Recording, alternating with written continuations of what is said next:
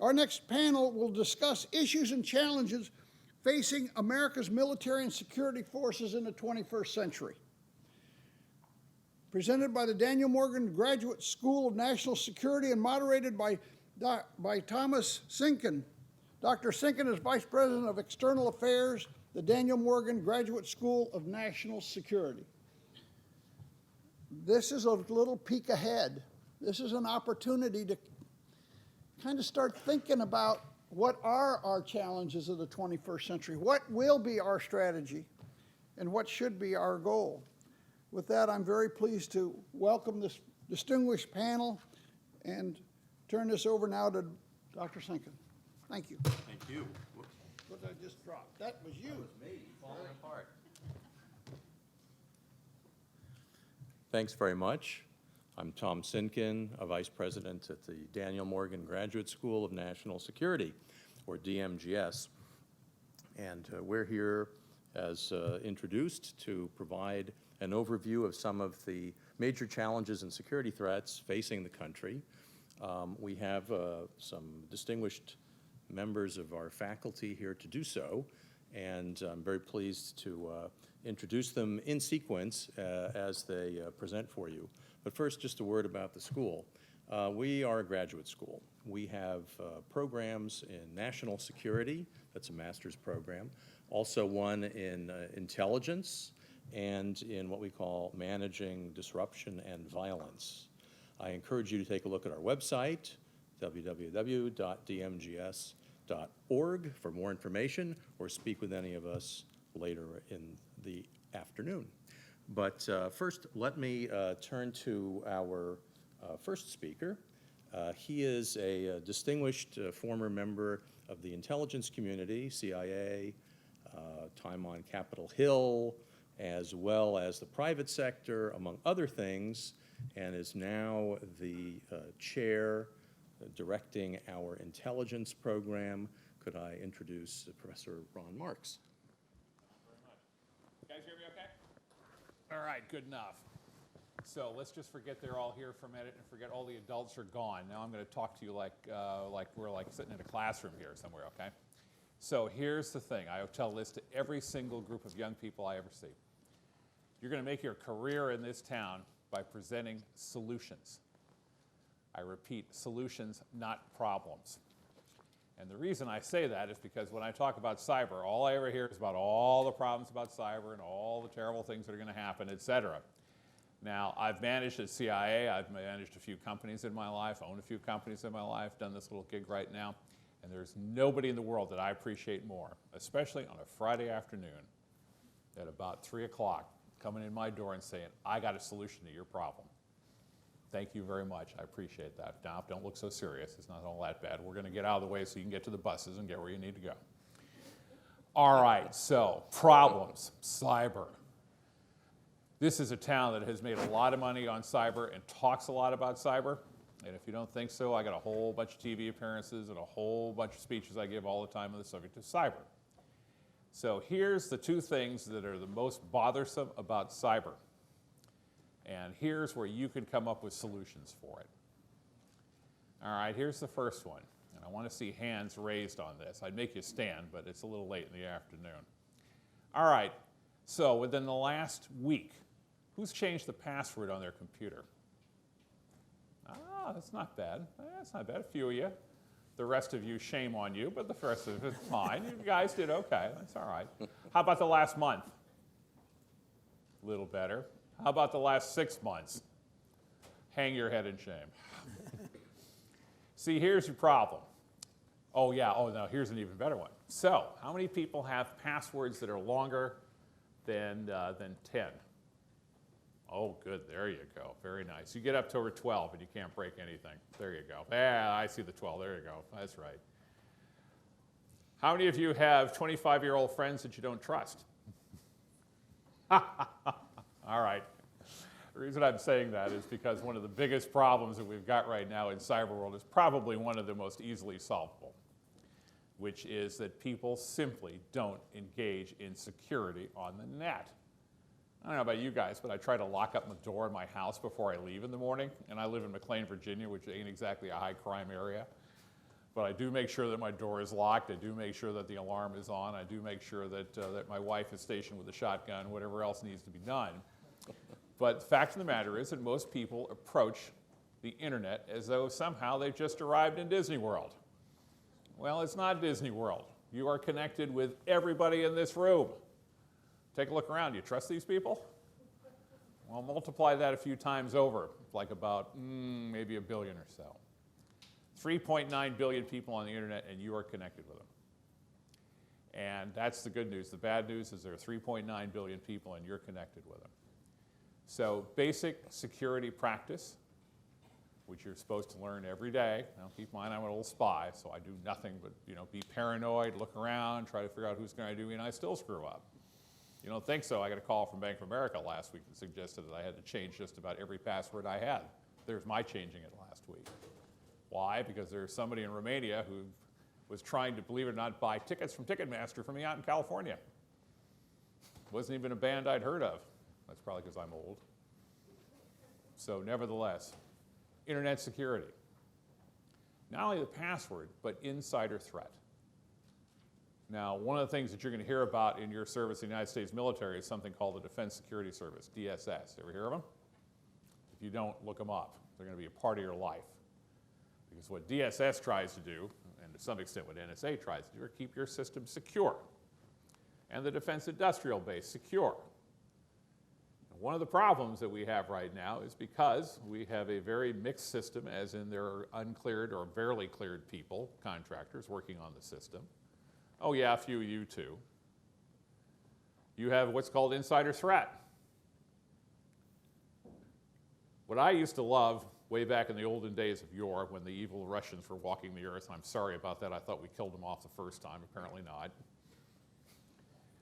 The evil Russians walked the earth. What I was looking for was somebody who didn't like their father. I was looking for somebody who didn't have a great relationship with their immediate family. I was looking for someone who was smart, a little lazy, and usually that befitted someone about 25 to 28-year-old male. Yes, ladies, you couldn't trust those men in their 20s anyway. Well, here you go. This is a confirmation of it. You want to know what the quintessential dissatisfied insider threat looks like? Take a look at Edward Snowden sometime. Perfect. Absolutely perfect. You as officers, as you proceed forward in your career, must constantly think in terms of security and the internet, internal, external pipes and individuals. That is your job. That is what is going to keep you secure. That's going to keep us all secure. And you got to tell your friends about it as well. Now, here's another little problem we can work on. This one is a little less solvable, but this is the second biggest one as far as I'm concerned. All right, how many in here are studying engineering? Raise your hand. How many in here are looking at poli-sci? Raise your hand. Poli-sci people, please look at the engineering people. Engineering people, please look at the poli-sci people and talk to each other. Just for the hell of it. Just exchange an email message, securely, I hope. Shake their hand, say howdy hi to them, because here's your problem. There are three layers of intelligence, of cyber. One is the engineering layer.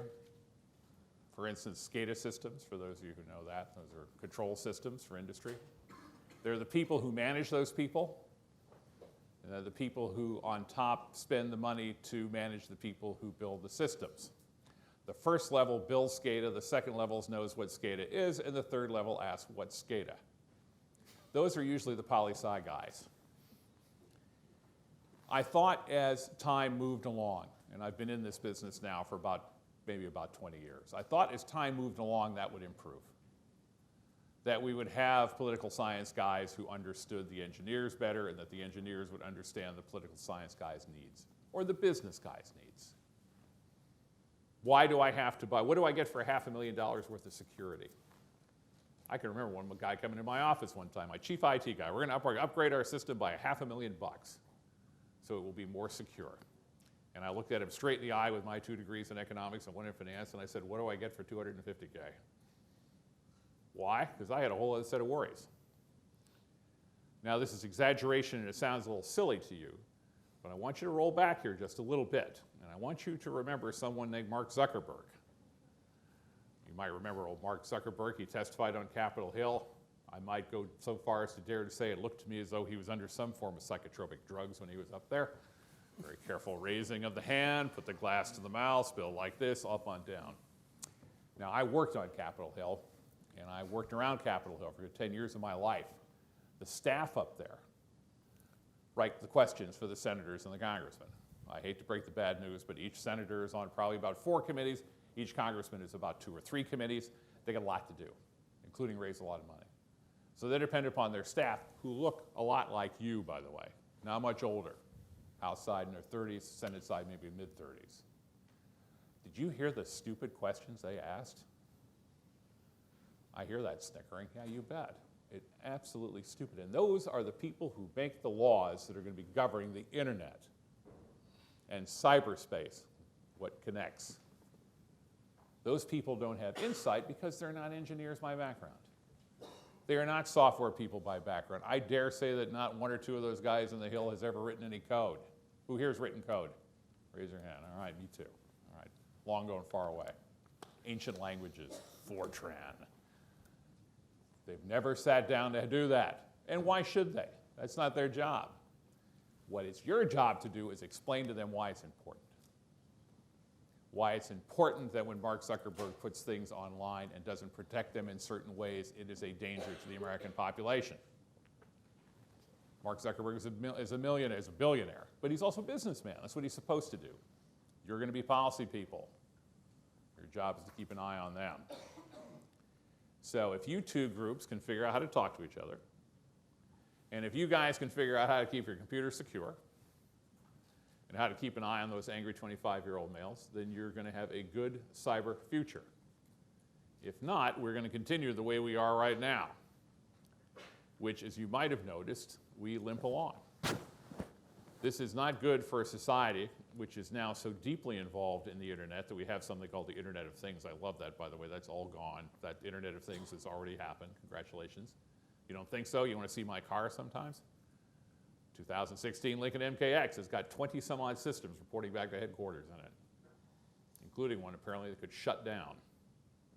You want to talk about internal threat? You want to talk about threat in terms of national security? What happens when people can reach into our systems? This is our future, and it's up to you guys at this point to practice security, to think about security, how it affects our national security, how you interact with the law enforcement people, because there are no borders or boundaries on this one.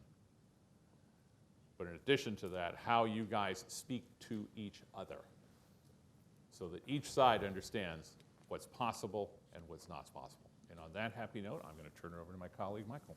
Thank you. And if I could now thank Professor Marks and introduce Professor Michael Sharnoff.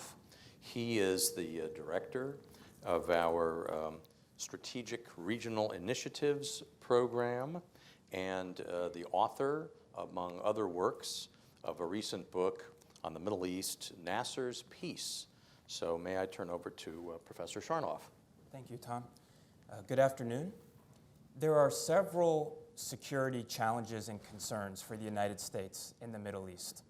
One area is with weak and fragile states. Libya is a very unstable country. There are 2 rival governments currently in Libya, and there are also reports of modern-day slavery.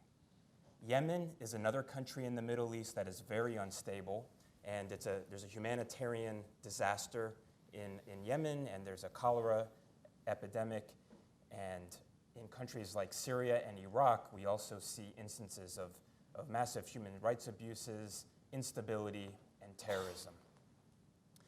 And what's really dangerous about these unstable countries is that when you have instability, you often have power vacuums. And when you have power vacuums, you typically see in the Middle East that those roles are filled by violent and radical groups such as Al-Qaeda and Islamic State. And those are the types of groups that proliferate in the countries that I mentioned. So this is a real challenging concern, not just for the region, but for beyond. And while the United States and its allies and partners have recently helped roll back and defeat Islamic State in Syria and Iraq, this is a significant achievement. I think we should look at this as really a long-term struggle and a long-term battle, because while we can deny the physical territory, the caliphate that ISIS has boasted for recruitment purposes in Syria and Iraq, it's that ideology that inspires its violence that I think will be a long-term struggle, something that we're all going to live with in decades to come. And I suspect that we will see groups like ISIS proliferate in other unstable and other weak countries beyond the Middle East, in sub-Saharan Africa, in places in the Russian Federation and South Asia. Another security challenge is the rise of Iran and Iran's ability to exert its influence and meddle in the affairs of its neighbors, many of which countries are longstanding U.S. allies and partners. In one of the major, let's say, unintended consequences of the war in Iraq was by destroying Saddam Hussein and his secular Ba'ath Party, Iran next door was strengthened.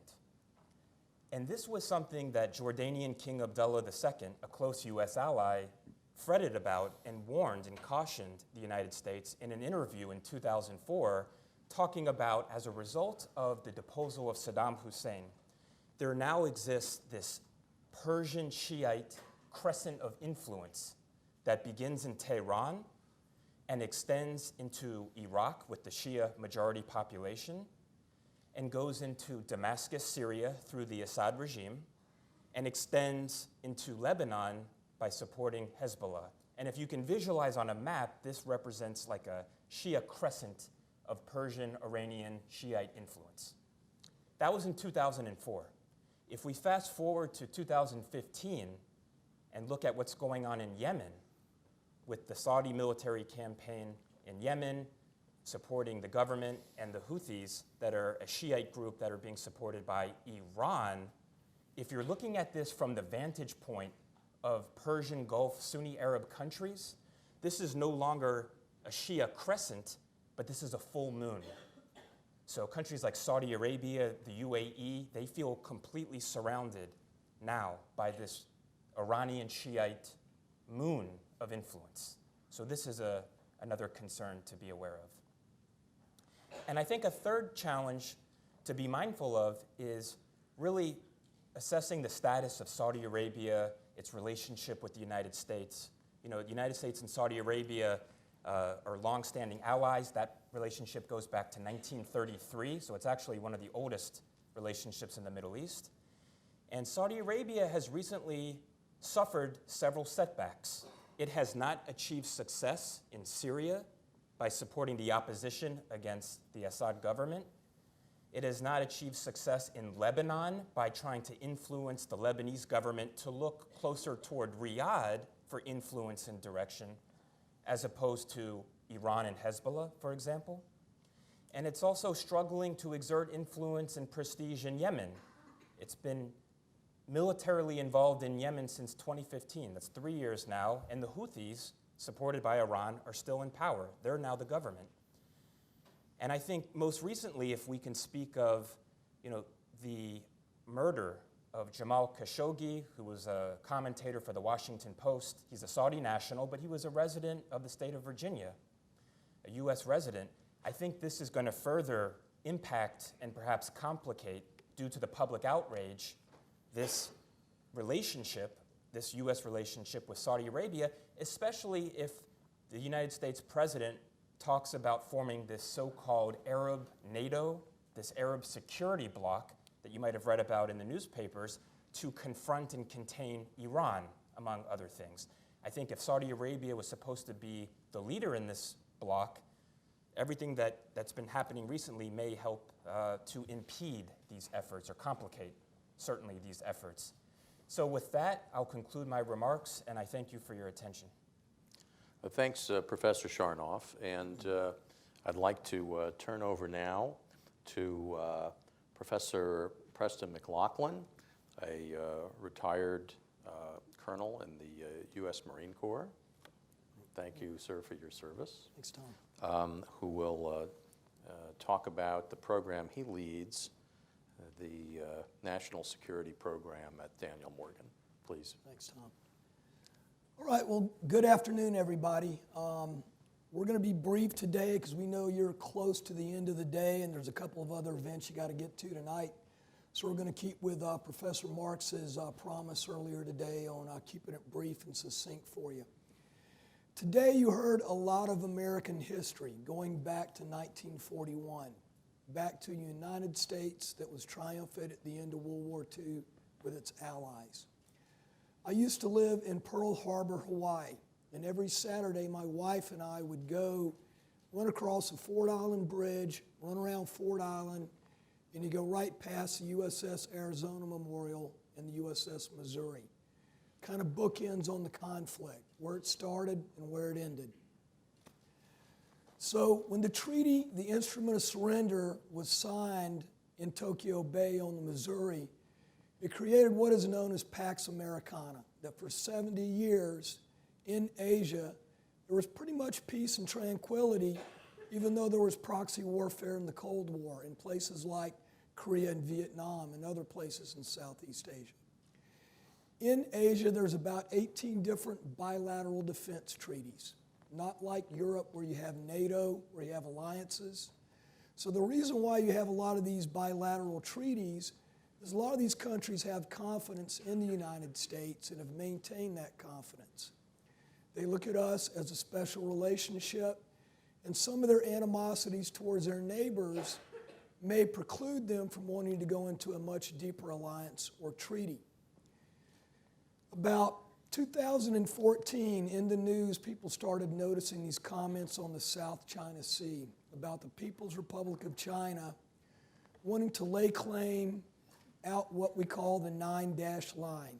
The 9-dash line runs from below Japan, from the Senkakus and Ryukyu Islands, down past the Philippines towards Indonesia. Now that is a much larger economic zone than in the UN Conventional Law of the Sea, which allows countries to have a 200 nautical mile economic zone.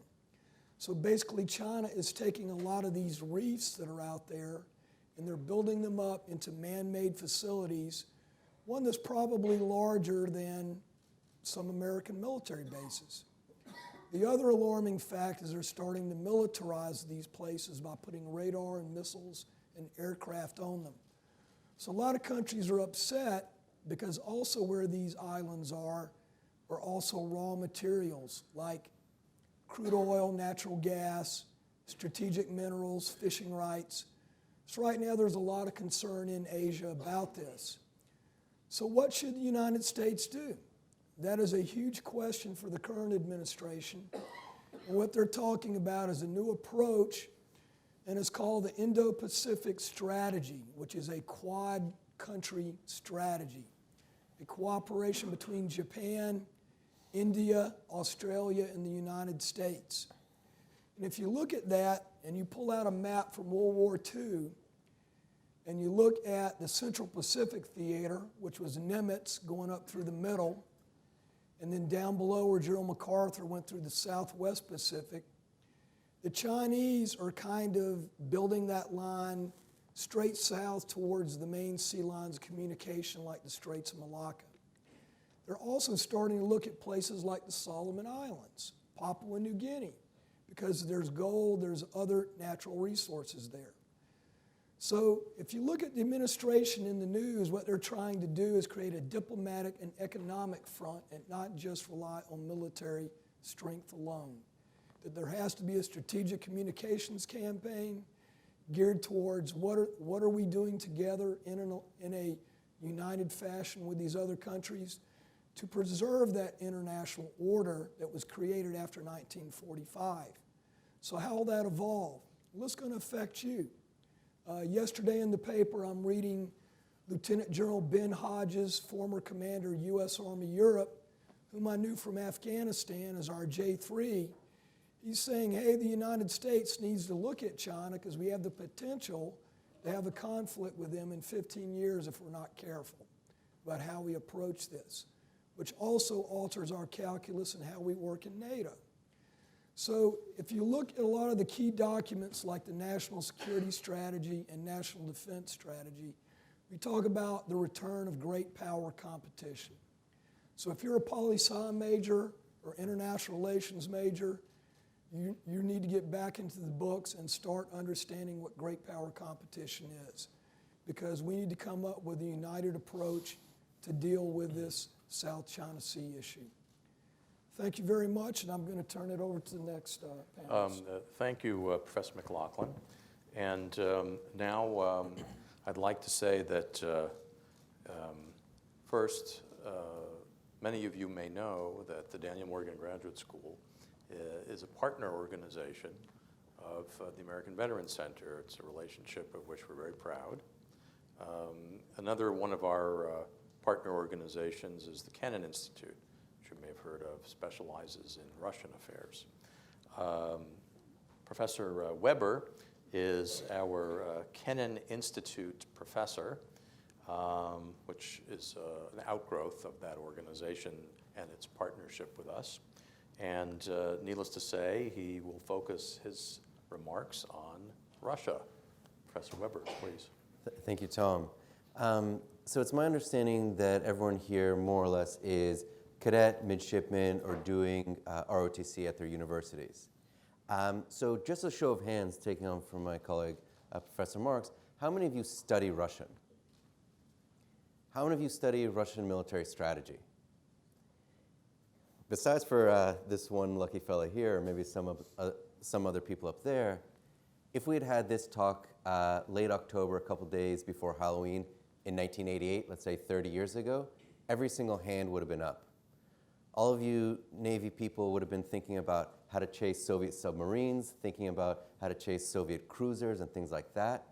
All of the Air Force people would have been thinking about such strange words such as MiG, Sukhoi, Tupolev. Those are the jets that you would have been chasing around. All you Army guys would have been thinking about things that sound equally exotic. The Fulda Gap, the Suwalki Gap, and other such places that you probably wouldn't ever want to visit. And the Marines in here would have been thinking about all the places that you've never heard of but are about to jump out of a plane to go visit. In a sense, that's the world about 30 years ago. And within about a year or so, that world had come to an end. And that transition from the end of the Cold War to then the end of the Soviet Union is what motivates President Putin and the Russian political and military and security elite today. Now, all of you guys can look up the history books, but to give you a sense of what motivates the Russians right now. Basically, within a year or so, in November 1989, the socialist satellite states of Eastern Central Europe, places that don't even exist on the map anymore, like Czechoslovakia and East Germany, as well as places like Poland, Bulgaria, and so forth, the Soviet system collapses and socialism collapses. And all these places that used to be part of the Soviets' buffer zone, and which basically every single person in here would have had some role in trying to counter or to dismantle, it was all gone. Then President George H.W. Bush and then Soviet Premier Mikhail Gorbachev, they meet on a ship off the coast of Malta, which is the sort of thing that presidents used to do when it was very dramatic. They used to also meet places that represented the East-West divide, like Geneva, Reykjavik, and Iceland. And they came up with a plan about what the end of the Cold War looks like. And they didn't figure out all the exact details, but the outlines of the deal were pretty clear. It would have been that if the USSR, the Soviet Union, isn't this hyperpower, this superpower anymore, it'll still work with the United States to be one of the two leading powers in the world. That in effect, whatever international security problem or European security problem would have to go through the Soviets for approval, but the Soviets were willing and looking forward to working with the Americans in order to basically reduce their own military spending. And the reason was the then Soviet leader, Mikhail Gorbachev, he wanted American aid and he wanted American political support for his own domestic economic reforms. Within 2 years, he's gone and that country is gone. And what the Russians got, not the Soviets, but what the Russians got, instead of being the world's #2 power, acknowledged by the United States and the rest of the world, they got a whole lot of not much. They basically exit international politics, they exit European politics, and they're left to be too big to be a nobody but too small to be a great power. And that's really the condition that Vladimir Putin inherits at the very end of the 1990s and in the beginning of the 2000s. And what he has done over the past 18 years that he's been, more or less at the top, he had a certain point where he was term limited. So instead of, going off to write his memoirs or whatever else, he put his assistant in charge as the president of the country, and he took the assistant's job. And then when that guy's term was over, they then switched jobs once more. So he's been at the very top of Russian politics for 18 years. And it's been motivated by the desire to make the world look like 1989, the end of the Cold War, instead of 1991, the end of the Soviet Union. They want to be a great power acknowledged by the US. And all the things that they're doing right now is to try to get back to that position. But as it turns out, there's no actual medal or certificate or piece of paper that says, aha, now you're a great power, enjoy. There's no coupon booklet that comes as a prize. So to be a great power, you have to do a couple things. You have to project force beyond your own borders. You have to have allies that are part of your political economic system.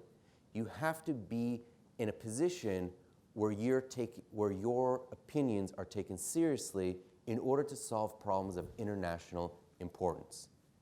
And so this is why we're starting to think about Russia again.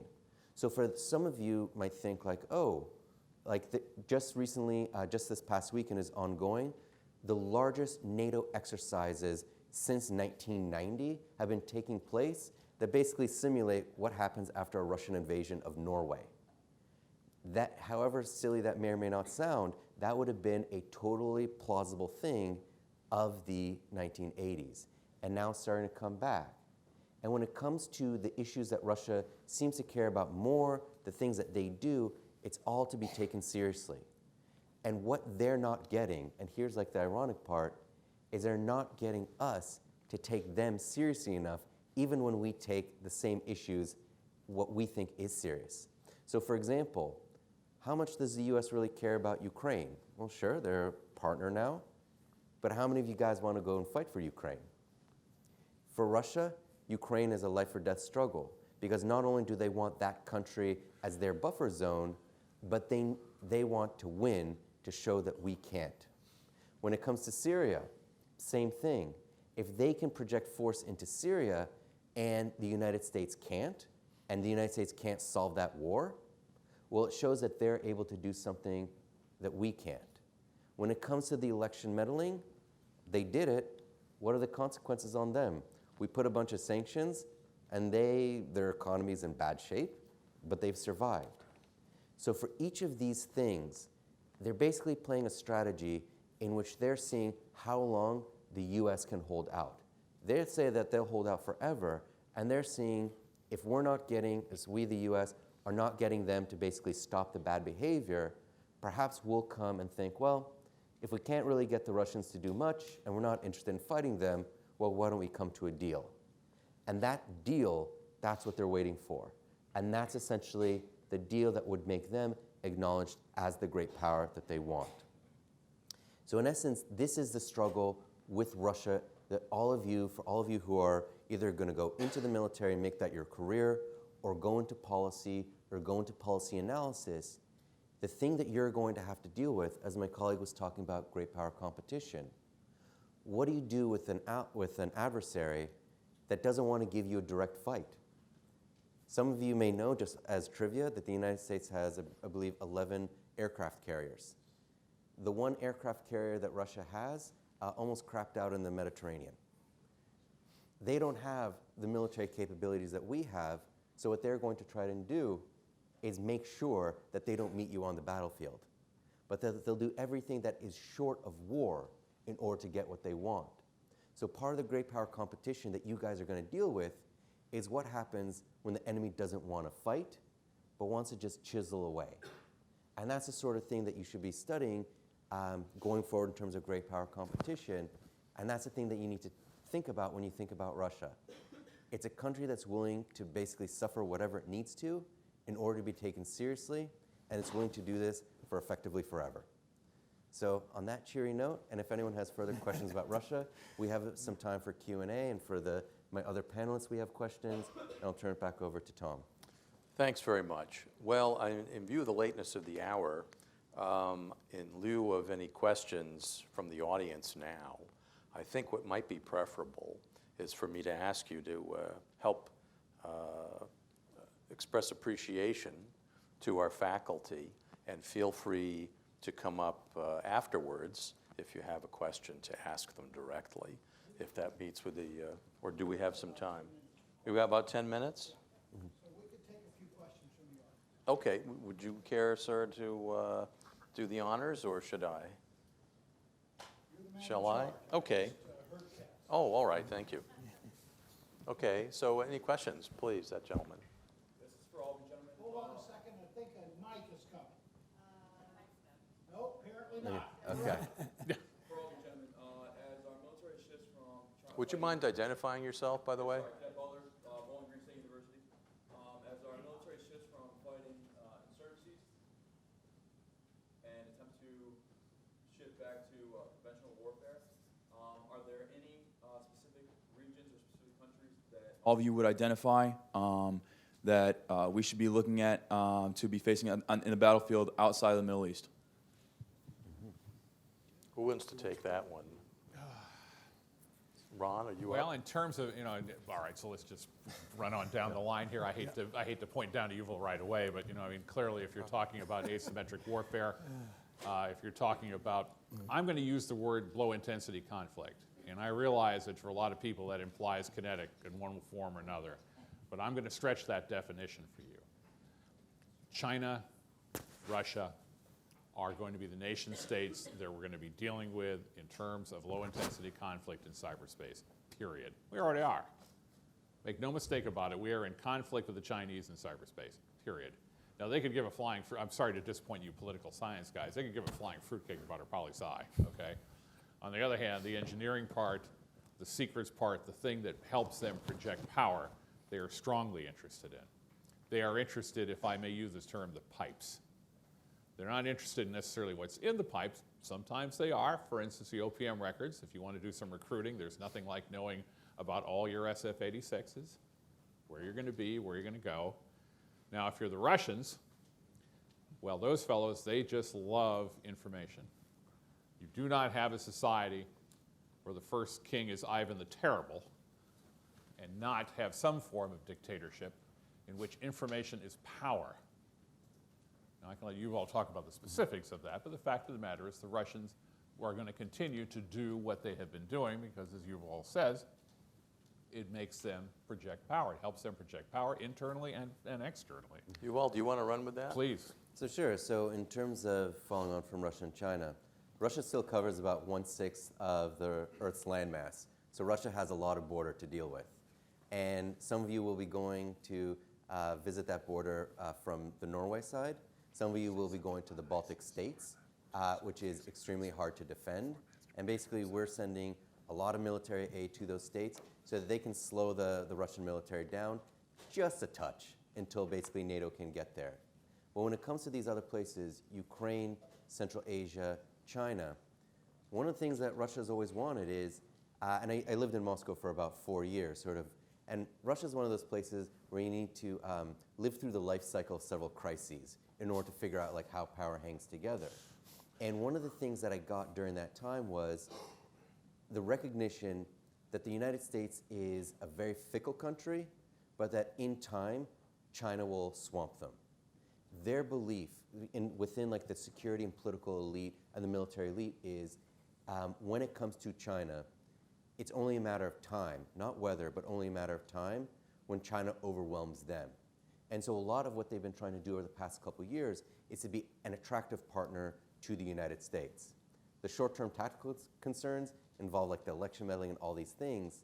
So they do all these short-term things that makes that long-term goal unattainable. And that's a longer discussion of the really weird ways that Russian politics works.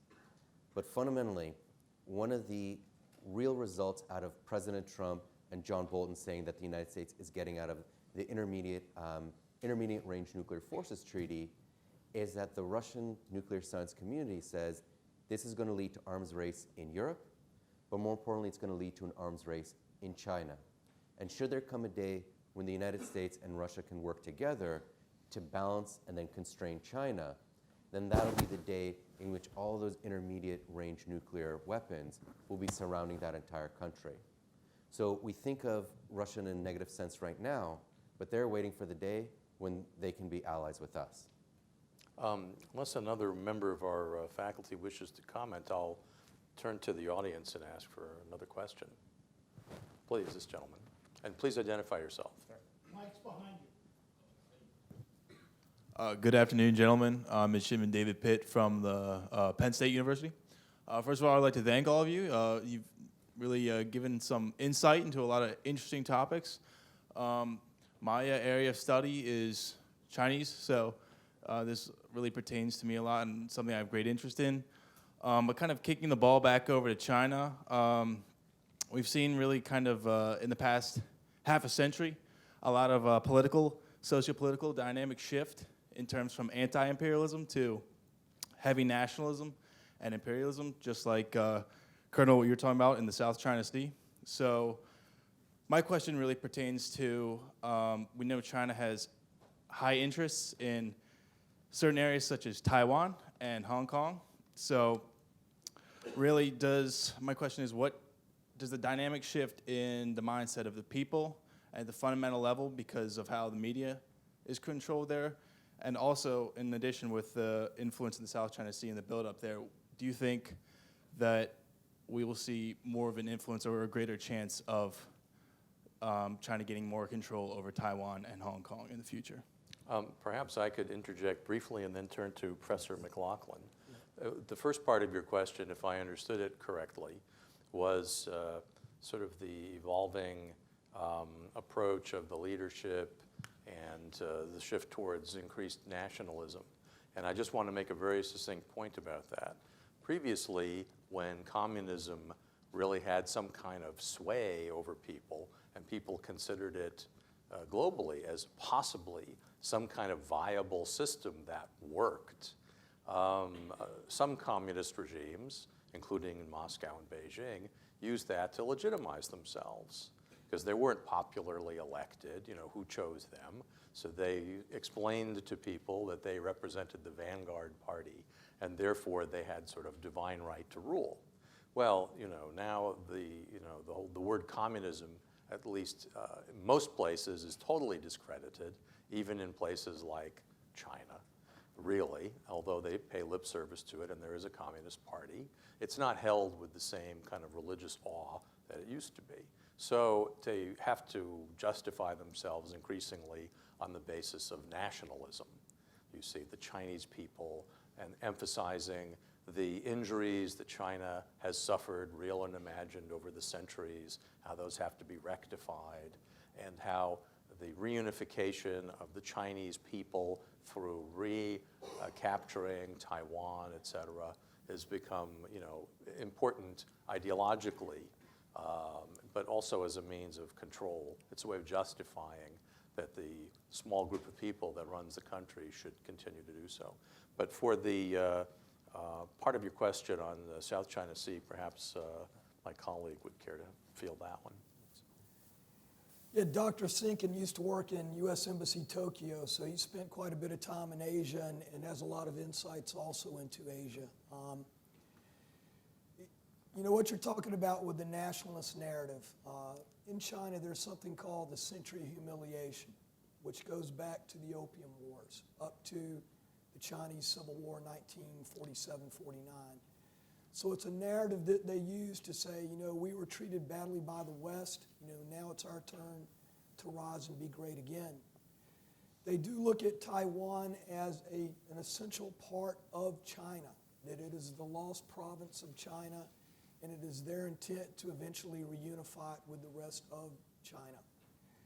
What's interesting is President Xi Jinping is kind of consolidating power personally, where he's head of the defense forces, head of the Communist Party, and also president, which I think Mao did that before and Deng Xiaoping. So a very unusual period because he doesn't really have a named successor, kind of like Vladimir Putin, same type idea. The other thing that's interesting is we've talked about the South China Sea, which is a maritime strategy, but China has a continental strategy called One Belt, One Road, where they're going out there economically and they're putting their muscle out there as soft power, as influence. Now, a lot of countries that sign up and work with them, they're getting into a debt trap, which leads to whole other issues that were not seen before. But brevity, Tom, I'm going to stop there. Well, regrettably, brevity has to be the soul of wit because we've come across the threshold of our grand finale here. Just want to thank everybody for your time and attention, and we're really glad to have participated. Thanks to our wonderful faculty.